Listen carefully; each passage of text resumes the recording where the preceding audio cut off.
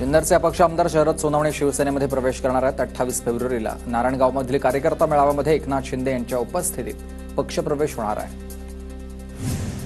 सिंधुदुर्गात ठाकरेंच्या शिवसेनेला धक्का। ठाकरेंच्या शिवसेनेचे जिल्हाप्रमुख संजय पडते यांचा शिवसेनेमध्ये प्रवेश। एकनाथ शिंदे यांच्या उपस्थितीमध्ये पार पडलाय पक्षप्रवेश। मस्साजोगमधील ग्रामस्थांच्या अन्नत्याग आंदोलन तात्पुरतं स्थगित। काही मागण्या मान्य करण्यात आल्याची माहिती आहे। खासदार बजरंग सोनवणे, सुरेश धस आणि पोलीस अधीक्षक सचिन पंढरकर यांनी आंदोलनस्थळी भेट दिल्यानंतर आंदोलन तात्पुरतं स्थगित। मंत्र्यांचा मुलगा सापडतो, मात्र देशमुख हत्या प्रकरणातील आरोपी का सापडत नाही? मस्साजोग ग्रामस्थांनी पोलिसांना जाब विचारलाय। अमरावतीच्या दर्यापूर तालुक्यामधील उपराईमध्ये सरपंच नीरज नागे यांना मारहाण करण्यात आली आहे। ग्रामपंचायतच्या घरकुल यादीमध्ये नाव न आल्यानं मारहाण झाल्याची माहिती आहे। मराठा समाजाच्या आरक्षणासाठी रमेश केरे यांचं उपोषणाचा आजचा चौथा दिवस आहे। उपोषणकर्ते रमेश केरे यांची प्रकृती खालावली आहे। महिलांकडून रमेश केरे यांना उपोषण सोडण्याची विनंती। नागपुरात प्रशांत कोरटकर विरोधामध्ये मराठा समाज आक्रमक। कोरटकर विरोधामध्ये जोरदार घोषणाबाजी, गुन्हा दाखल करण्याची मागणी आहे।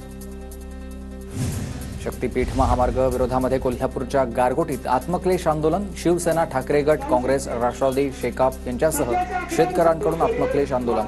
तर काहीही झालं तरी कोल्हापुरातून शक्तीपीठ महामार्ग होऊ देणार नाही, शेतकऱ्यांचा इशारा आहे। सोलापूरमधील महाशिवरात्री निमित्तानं होडगी संस्थान इथं 1008 शिवलिंगाच्या दर्शनासाठी भाविकांची मोठी गर्दी। ड्रोनच्या माध्यमातून भव्य दिव्य शिवलिंग आणि 1008 इतक्या शिवलिंगांचं विहंगम दृश्य आहे। सायकलच्या सुमारास प्रतापगड किल्ल्यावर महाशिवरात्री निमित्त हिंदू मुस्लिम एकतेचं दर्शन झालंय। शिवलिंग आणि ख्वाजा उस्मान गनी हारुनी यांचा दर्गा एकाच ठिकाणी आणि दोन्ही समाज बांधव महाशिवरात्री निमित्त एकत्र येतात। काँग्रेस नेते नाना पटोले यांनीही दर्शन घेतलंय। तुळजाभवानी मंदिरामध्ये द्राक्ष उत्पादक शेतकऱ्यांकडून खास द्राक्षाची आरास। महाशिवरात्रीच्या सुट्टीचा दिवस असल्यानं भाविकांची तुळजाभवानी मंदिरातही गर्दी। लाखांदूरच्या ठिकाणी शिवभक्तांवर मधमाशांचा हल्ला झालाय। भाविकांनी जीव मुठीत धरून पळ काढलाय। 10हून अधिक भाविक जखमी आहेत। ग्रामीण रुग्णालयाची रुग्णवाहिका बोलावून जखमी शिवभक्तांवर उपचार करण्यात आले। वर्ध्यातील यात्रोत्सवानिमित्त आपत्ती व्यवस्थापन यंत्रणाही सज्ज। आपत्ती व्यवस्थापन यंत्रणेतील अधिकारी आणि कर्मचाऱ्यांसह अग्निशमन यंत्रणा यात्रेच्या ठिकाणी दाखल झाली। तुळजापूरमधील पुजाऱ्यांच्या शिष्टमंडळानं काशीपीठाच्या धर्मगुरूंची भेट घेतली आहे। तुळजाभवानी मंदिर पुनर्बांधणी संदर्भात भेट घेतली आहे। दरम्यान तुळजाभवानीच्या मुख्य गाभारा आणि मंदिराची पुनर्बांधणी करण्यावरून भोपे पुजारी आणि पुरातत्व विभागामध्ये मतभेद आहेत। अभिनेत्री प्राजक्ता माळी त्र्यंबकेश्वरमधील कार्यक्रमाला अनुपस्थित राहणार आहेत। प्रशासनावर ताण नकोय म्हणून निर्णय घेतल्याची प्राजक्ता माळीची माहिती आहे। कार्यक्रमाला विरोध होत असल्यानं अनावश्यक प्रसिद्धी मिळाल्याचं प्राजक्ताचं मत आहे। राजस्थानचे राज्यपाल हरिभाऊ बागडे यांनी शेगावमध्ये गजानन महाराजांचं दर्शन घेतलं आणि मंदिर संस्थानकडून बागडे यांचा सत्कार। शिर्डीतील साई संस्थानच्या भोजनालयामध्ये महाशिवरात्री निमित्त 10 टन साबुदाणा खिचडीचा महाप्रसाद। दर्शनासाठी भाविकांची मोठी गर्दी। 40,000हून अधिक भाविकांसाठी प्रसादाची सोय करण्यात आली आहे। अकोला जिल्ह्यातल्या पानेट गावाजवळील स्वयंभू महादेवाच्या मंदिरामध्ये भाविकांची दर्शनासाठी मोठी गर्दी। इथं शिवलिंग जमिनीपासून 100 फूट खोल आत आहे आणि दरवर्षीच नदीच्या पुरामुळे हे स्वयंभू शिवलिंग जमिनीखाली जात असतं। लातूरमध्ये ग्रामदैवत असलेल्या सिद्धेश्वर रत्नेश्वर देवस्थानच्या यात्रेला आजपासून सुरुवात। इथं भाविकांची मोठी गर्दी झाली आहे। चंद्रपूर जिल्ह्यातील नागभीडमधील यात्रा उत्सवाला सुरुवात। हजारो भाविकांनी शिवलिंगाचं दर्शन घेतलंय। आमदार बंटी भांगडिया यांनीही घेतलंय दर्शन। जालना जिल्ह्यातील शेतकरी अजूनही अतिवृष्टी अनुदानाच्या प्रतीक्षेत आहेत। 2 महिन्यांचा कालावधी उलटूनही शेतकऱ्यांच्या खात्यावर रक्कम जमा नाही। जळगावातील भुसावळ चोपडा बाजार समितीमध्ये तूर हरभऱ्याची आवक 15% वाढलेली आहे, मात्र भाव मिळत नसल्यानं शेतकरी चिंतेत। यवतमाळच्या दारव्हा तालुक्यामध्ये रताळा लागवडीमधून शेतकऱ्याला भरघोस उत्पन्न। 5 एकरवर लावलेल्या रताळा शेतीला एकरी 1.5 ते 2 लाखांचं उत्पन्न।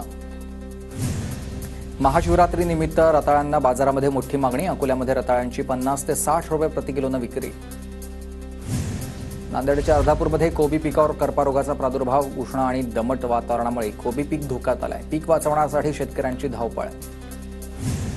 नाशिकच्या येवला तालुक्यामध्ये तापमान वाढीमुळे टरबूज पिकावर सनबर्निंगचा परिणाम जाणवतोय। टरबूजवर उत्पादक शेतकऱ्यांच्या चिंतेत वाढ झालेली आहे। नांदेडमध्ये सध्या टरबुजाला कवडीमोल भाव. बाजारपेठेमध्ये अचानक मोठ्या प्रमाणात टरबुजाची आवक, त्यामुळे टरबूजला चक्क 7 ते 8 रुपये प्रति किलोचा दर आहे. तर शेतकरी पुन्हा एकदा आर्थिक संकटात. पश्चिम विदर्भामधील 289 पाणी प्रकल्पांमध्ये 53% पाणीसाठा शिल्लक आहे. विदर्भाला पाणी टंचाईची झळ बसण्याची शक्यता आहे. करमाळात पाणी टंचाईबाबत उद्या आमदार नारायण पाटील यांची बैठकीमध्ये जलजीवनच्या कामांचा आढावा घेतला जाणार आहे. लातूर शहरातील अनेक भागामध्ये पिवळसर पाण्याचा पुरवठा, मात्र हे पाणी पिण्यायोग्य असल्याचं पालिकेकडून स्पष्ट. जळगावच्या चाळीसगाव तालुक्यामध्ये वन्य प्राण्यांची पाण्यासाठी वणवण, तर फेब्रुवारी महिन्यामध्येच प्राण्यांसाठी पाण्याचा तुटवडा निर्माण झालाय.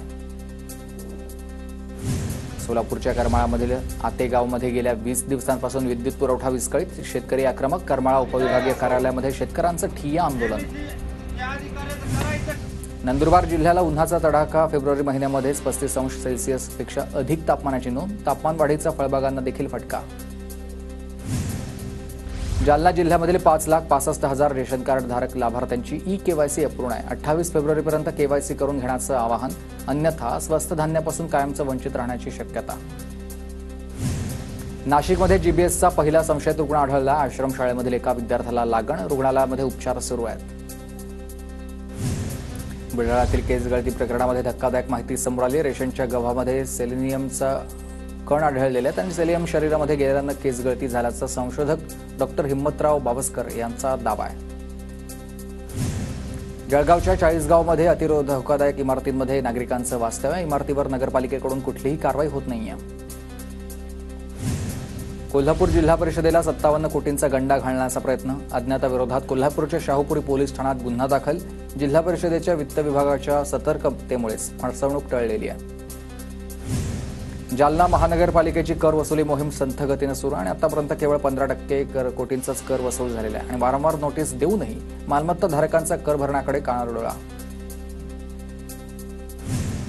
डोंबिवलीतील कनिष्ठ महाविद्यालय वंदे मातरम पदवी महाविद्यालयामध्ये जेएमएफ मेगा महाकुंभमेळ्याची प्रतिकृती. हजारो विद्यार्थ्यांनी अनुभवलाय मेगा महाकुंभमेळा. जळगावच्या बस स्थानकावरील चोरीच्या घटना रोखण्यासाठी गृहरक्षक दलाचे कर्मचारी तैनात. बस स्थानक परिसरामध्ये वाढत्या चोरीच्या घटनांना आळा घालण्यासाठी खबरदारी.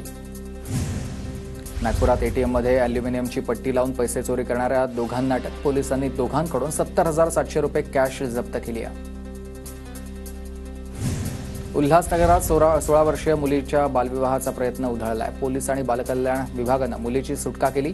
मुलीचे आई-वडील, नवरा मुलगा आणि त्याच्या आई-वडिलांवर गुन्हा दाखल. अहिल्यानगरमध्ये ट्रक लुटल्याचा चालकानंच आता बनाव केलेला आहे. चालकासह 4 जणांना अटक झाली आहे. 4 दिवसांची पोलीस कोठडी देण्यात आली.